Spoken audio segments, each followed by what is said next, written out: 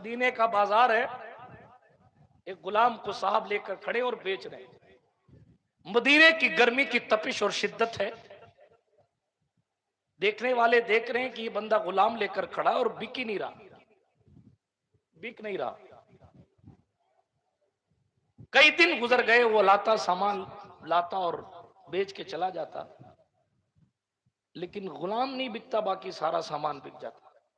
एक खातून नेक किरदार की, उनका नाम सबीता था। जमाने जाहिलियत में वो उधर से गुजरती तो देखती वो गुलाम का मालिक गुलाम को लेकर खड़ा हुआ और कहता ले लो भाई ले लो,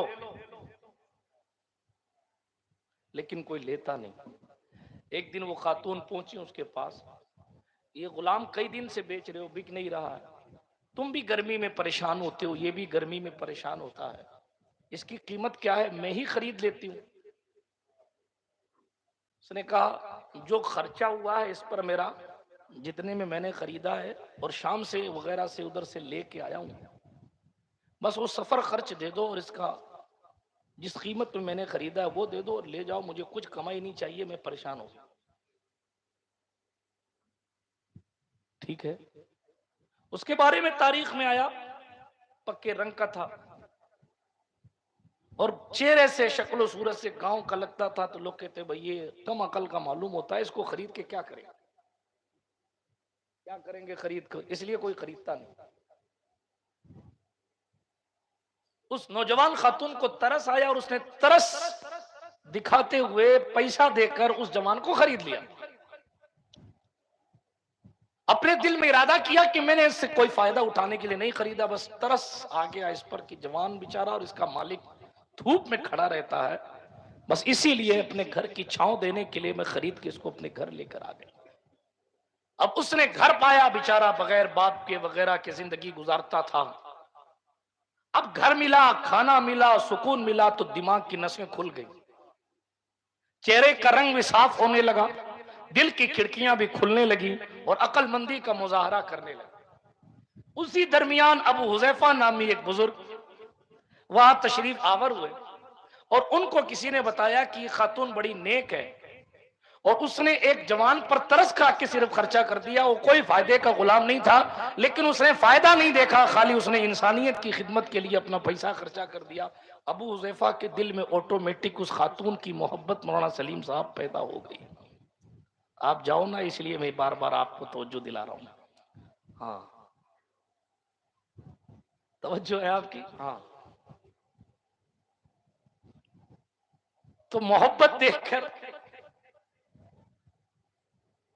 उसने, अबू हुजैफा ने जब ये बात सुनी कि ऐसे भी लोग जमाने जाहिलियत में रहते हैं, कहा मैं उससे मुलाकात करके उसको निकाह का पैगाम देना चाहता हूं। सबीता के पास आया, साहब मक्के का ताजिर, बड़ा बिजनेसमैन है, आपके किरदार को देखकर खुश हुआ है, आपको निकाह का पैगाम भेजा है। इल्म के फायदे देखिएगा, इल्म की बात को जोड़ रहा हूं, तेजी से इख्तिताम की मंजिल तक आता हूं।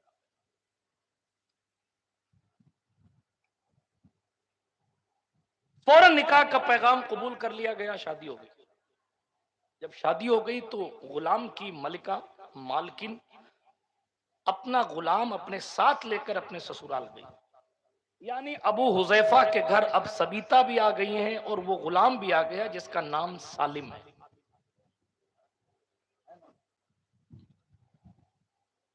ये मक्कतुल मुकर्रमा पहुंचे, हजरत उस्मान इब्ने अफ्फान के पुराने दोस्त थे। ये मक्का शरीफ में जब अपना परिवार लेकर पहुंचे तो हजरत उस्मान से मुलाकात को गए। जब सरकार उस्मान से मुलाकात को गए तो वो पहले वाला जो मिलने का अंदाज था उसमें कुछ फर्क सा नजर आया। तो कहा मेरे दोस्त उस्मान, मैं सालों से तुमको जानता हूं, तुम्हारा थोड़ा सा मिजाज बदला बदला सा नजर आ रहा है, क्या वजह है? हजरत उस्मान ने कहा देख, अब तेरा मजहब और है, मेरा मजहब और है। कहा क्या हुआ? कहा मैं नबी आखिरुज़्ज़मा पर ईमान ला चुका हूं, तू मेरा दोस्त है तो तू भी कलमा पढ़। दोस्ती ये होती है कि खुद भी नेकी की जाए और लोगों को भी नेकी की तरफ बुलाया जाए। ये दोस्ती नहीं है कि तू भी नमाज छोड़ दे मैं भी नमाज छोड़ दूं। ये दोस्ती नहीं है कि मटर गश्तियां करने के लिए, पार्टियों के लिए तो दोस्तियां हैं, दावतों के लिए तो दोस्तियां हैं, अल्लाह के घर के लिए दोस्ती नहीं। वो दोस्त है ही नहीं। मौला अली फरमाते हैं दोस्त वो है जो अपने दोस्त की आखिरत की फिक्र करता हो। आपको हॉट स्पॉट नेट उधार दे देवे उसको दोस्त नहीं कहते। आपको जनाबे वाला चंदे में चंद रुपया दे देवे चंद महीनों के लिए, ये दोस्ती की निशानी हो सकती है, मगर दलील यह है कि दोस्त आपकी आखिरत की फिक्र करता हो। न मैं जहन्नम में जाने वाले काम करूंगा ना तुझे करने दूंगा, ये दोस्ती है जनाबे वाला। आप अगर शादी के मौकों पर नाचने की कोशिश करते हो तो दोस्त हाथ पकड़ के कहता मैं भी हुसैनी हूं, तुझे भी हुसैनी ही रहने दूंगा, ये दोस्ती है जनाब। बहरहाल बात दूर न चली जाए, अर्ज ये कर रहा था अपनी जिंदगियों में जरा सा देखा करें कि दोस्ती हम किस हिसाब से अदा कर रहे हैं। दोस्ती का हक मुस्तफा जान रहमत अलैहिस्सलातु वस्सलाम ने ऐलान नबूवत फरमा दिया है। उस्मान ज़ुन्नूरैन मुसलमान हो चुके हैं। उन्होंने अपने पुराने दोस्त अबू हुज़ैफा को कहा मैं तो मुसलमान हो गया। अबू हुज़ैफा ने कहा उस्मान अगर बात सिर्फ इतनी सी है तो चल मेरा हाथ पकड़ के मुझे उस आखिरी नबी की दहलीज पर ले चल जिसकी जुल्फों का तू कैदी हुआ है, उसकी जुल्फों का मैं भी कैदी हो जाता हूं। अबू हुज़ैफा बारगाह नबवी में पहुंचे, मुस्तफा जान रहमत का जलवाए जहां आरा देखा, हुजूर के चमकते दमकते चेहरे को देखा, खूबसूरत लबों से झरते हुए फूल को देखा, हुजूर अलैहिस्सलातु वस्सलाम की दिल को दहला देने वाली बातें सुनी, हुजूर अलैहिस्सलातु वस्सलाम का खिताब सुना। उस दिल नशी खिताब ने अबू हुज़ैफा के दिल की दुनिया को उलट पलट कर दिया। फौरन कलमा पढ़ लिया, कलमा पढ़ के मुसलमान होकर सहाबी रसूल हो गए। अपने घर आए, अपनी बीवी सबीता को बताया मैं मुसलमान हो गया। बावफा बीवी थी, बावफा बीवी थी। उसने कहा जब आप मुस्तफा के हो गए तो हमें भी ले चलिए, हम भी मुस्तफा के होते। अब एक रिवायत में है कि गुलाम भी उसी वक्त मुसलमान हो गया और दूसरी रिवायत में है कि इन दोनों ने मुसलमान होने के बाद कहा अब हम तुझे गुलाम नहीं रख सकते, इसलिए कि हमारे रसूल फरमाते हैं गुलाम आजाद करोगे, गुलाम आजाद करोगे तो अल्लाह खुश हो जाएगा। जाओ हमने तुझे आजाद किया। सालिम ने भी हुजूर का कलमा पढ़ लिया और जब वो भी मुस्तफा जान रहमत के साहबी हो गए तो उन्होंने अबू हुज़ैफा से कहा आपने आजाद तो कर दिया है लेकिन मैं बेसहारा हूं, मेरा बाप नहीं है, मेरा घर नहीं है, मेरे रिश्तेदार नहीं है, मैं कहां जाऊंगा। अल्लाह अकबर। रसूलुल्लाह ने आजाद करने के लिए कहा है, बेसहारा करने के लिए तो नहीं कहा। अबू हुज़ैफा के दिल में बात घर कर गई, दरियाए रहमत जोश में आया और कहा सालिम आज तक तू गुलाम था मगर अब हम हुजूर की चौखट के गुलाम हो गए, तू भी हुजूर का गुलाम है, अब हम दोनों हुजूर के गुलाम हैं, लिहाजा न मैं तेरा आका न तू मेरा गुलाम, अब से तू मेरा मुंह बोला बेटा है। इसलिए तारीख ने उन्हें सालिम इब्ने अबू हुज़ैफा भी कहा, हालांकि सही सालिम मौला अबू हुज़ैफा है। सालिम अबू हुज़ैफा के आजाद करदा गुलाम। बात समझ आई? मुसलमान हो गए, मुसलमान हो गए तो कुरान शरीफ पढ़ना सीखा, तिलावत कलाम रब्बानी। कुरान कितनी अजमतों वाली चीज का नाम है। कुरान पढ़ना सीखा। याद रखिएगा जो शुरू किया था जहां से कि इस गुलाम को कोई खरीद नहीं रहा था, न कोई यहूदी खरीदता, न कोई ईसाई खरीदता, न कोई खरीदता, कोई नहीं खरीद रहा था, इसका कोई खरीदार नहीं था। लेकिन जरा तवज्जो कीजिएगा, मुसलमान हो गए, कुरान शरीफ पढ़ना सीखा, कुरान की सूरतों पर सूरतें याद करते गए।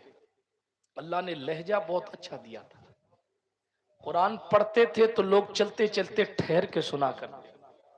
फिर उसके बाद उनकी शान ये थी कि वो इस शान के साथ कुरान पढ़ते थे, इस मोहब्बत के साथ और इस रिक्कत के साथ कुरान पढ़ते थे कि उनकी तिलावत को सुनकर लोगों की आंखों से आंसू बहने लगता। कलाम मजीद और बहुत ज्यादा कलाम पाक उन्होंने याद कर लिया। अब नतीजा यह हुआ कि इनको कुरान मुकद्दस याद था तो इसलिए इनको मुसल्ले पर बढ़ा दिया जाता आगे। हजरत उमर फारूक आजम के साथ अबू हुज़ैफा ने हिजरत की। मदीना मुस्तफ़ा की जमीन है, मुस्तफ़ा वालों की सफ पीछे खड़ी है और उन पीछे खड़े होने वालों ने उमर इब्ने खत्ताब जैसी जलीलुल कद्र जात भी पीछे खड़ी है। और नमाज पढ़ाने के लिए उस शख्स को आगे किया गया जो सालिम था, अबू हुज़ैफा का आजाद करदा गुलाम। मुसल्ला इमामत पर जब उस शख्स को लाया गया, यहूदी उधर से गुजरते थे और जो जिसने आगे बेचा था ना, वो देख कर कहता था यार ये वही तो गुलाम नहीं है सालिम जिसको कोई खरीदने के लिए तैयार नहीं था, और मैं बाजार में खड़ा रहता था धूप की शिद्दत में कि कोई इसको खरीद ले, कोई इसको खरीद ले, कोई इसको खरीद ले, लेकिन लोग इसको देखने के लिए तैयार नहीं होते थे, खरीदना तो दूर की बात है। आज इसी गुलाम की कंडीशन ये हो गई है कि कुरैशी जवान उमर इब्ने खत्ताब पीछे खड़ा है और ये जवान उमर के भी आगे खड़ा है। ये कौन सी चीज है जिसने इसे पीछे से आगे कर दिया? तो जवाब दिया गया, एक तो निस्बत मुस्तफा है कि हुजूर की गुलामी ने इसे पीछे से आगे किया, और दूसरी बात कुरान मुकद्दस का तकद्दुस और कुरान की अजमत है, क्योंकि इस जमात में ये सबसे अच्छा इस वक्त कुरान पढ़ने वाला और सबसे ज्यादा कुरान याद करने वाला है, इसलिए रूम को लर्जा देने वाला, इसलिए ईसाइयत को लर्जा देने वाला उमर इब्ने खत्ताब कहता है, मैं पीछे खड़ा रहूंगा, गुलाम आगे खड़ा रहेगा, ताकि दुनिया जाने कि एक अरब ने आदमी का बोलबाला कर दिया, खाक के जर्रों को हम दोषे सुलैया कर दिया, खुद न थे जो राह पर औरों के हादी बन गए। क्या नजर थी जिसने मुर्दों को मसीहा। सुभान अल्लाह, नारे तकबीर, नारे रिसालत। इकबाल ने कहा कि मोहम्मद से वफा तूने तो हम तेरे, ये जहां चीज है क्या लौहो कलम तेरे।